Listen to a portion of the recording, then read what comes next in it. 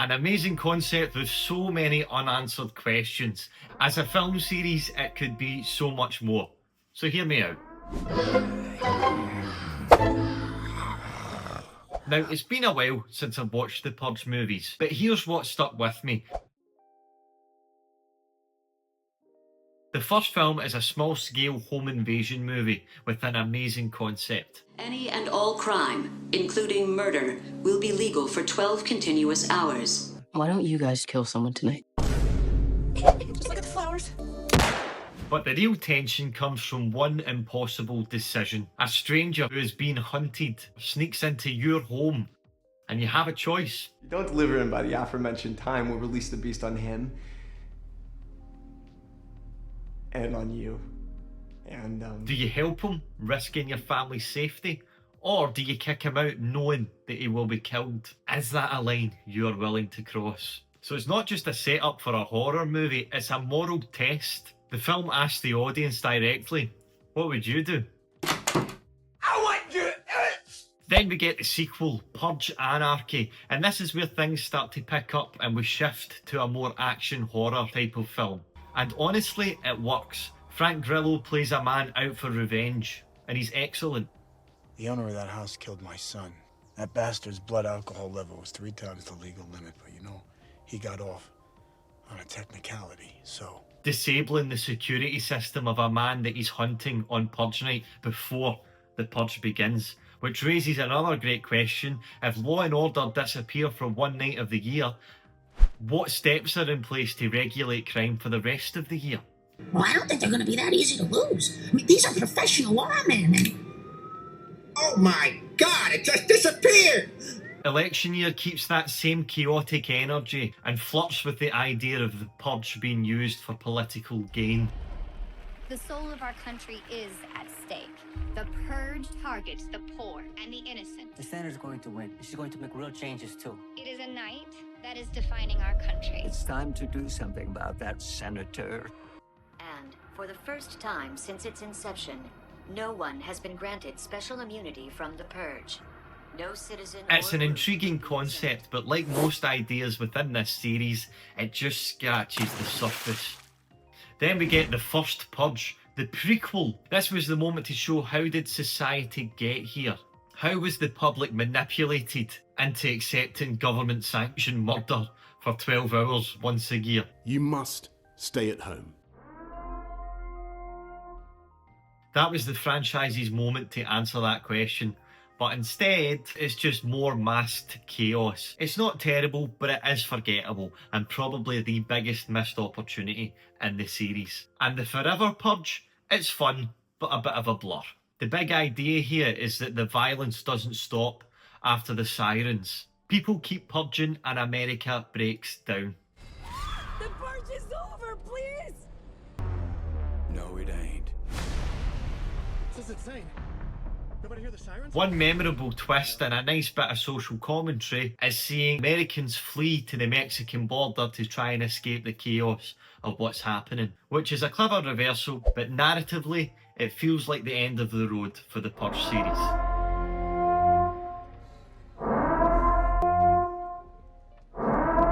Down is such an important thing to teach your dog because it incapacitates the dog and puts him in a passive state. But before we go any further, if you are enjoying this video and you want to help a small channel grow, please check out some of the other videos that I have available and hit subscribe. And this is where the franchise shows its limits. The first movie is your typical home invasion movie with the tiny spin of morality on it. But the rest of the movies after that, it's Purge night, masked chaos, group has to survive. The end. The settings change, the costumes change, the actors change, but the story doesn't really. And when you tell the same story for 5 movies in a row, it's what you don't cover that starts to stand out more. What would it look like if the world condemned the US? Or if another country copied the Purge? Or tried to stop it?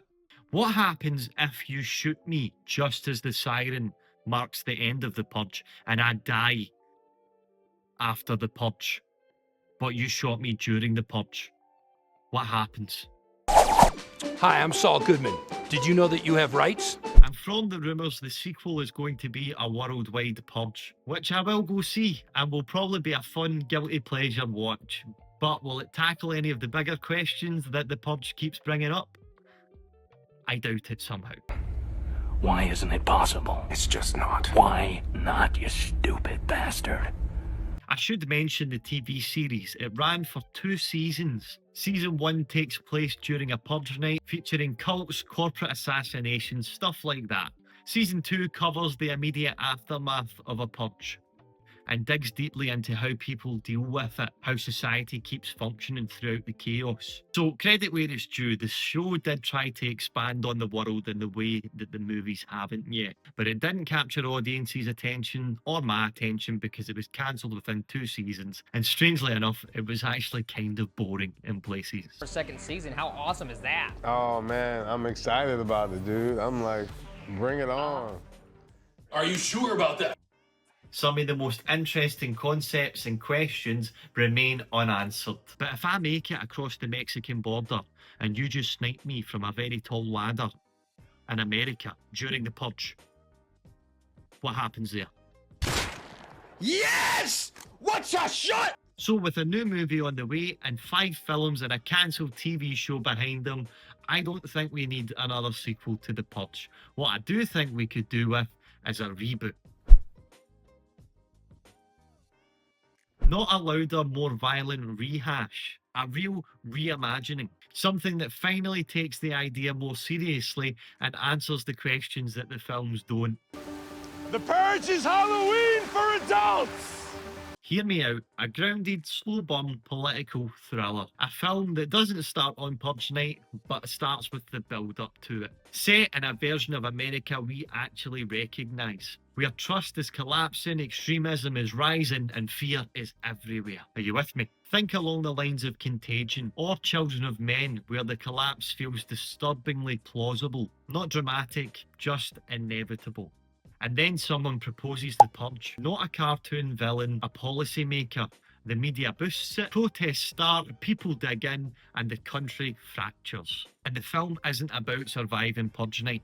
It's about how we justify it, how fear can overtake your morality, and how people accept the unacceptable if it makes them feel safe. You could follow a politician trying to push the bill, or your everyday American watching their neighbourhood shift, or a journalist trying to stop it. And the tone, less action horror and more Black Mirror. Dark, satirical, uncomfortable. And not because it's unrealistic, but because it feels just real enough. If you had one really violent day, one rough hour, the word will get out and it will end immediately. Okay, that seems really dark. No, it's not dark. You're misunderstanding me, bro. And the story of the movie can build to the final scene, which will be the sirens blaring for the very first time. And that's the true horror, because we already know what comes next. So for me, this series has always had potential that it's yet to realise. Not just to shock, but to say something. It flirts with big ideas about class, control, fear, but it never fully commits. It's a fun, guilty pleasure for sure, and these types of films absolutely have their place in the cinema. But with the right story, it could have been more than that. It could have served as a chilling warning. A reboot that finally asks and answers how we got there could turn the Purge from background noise into something much more memorable.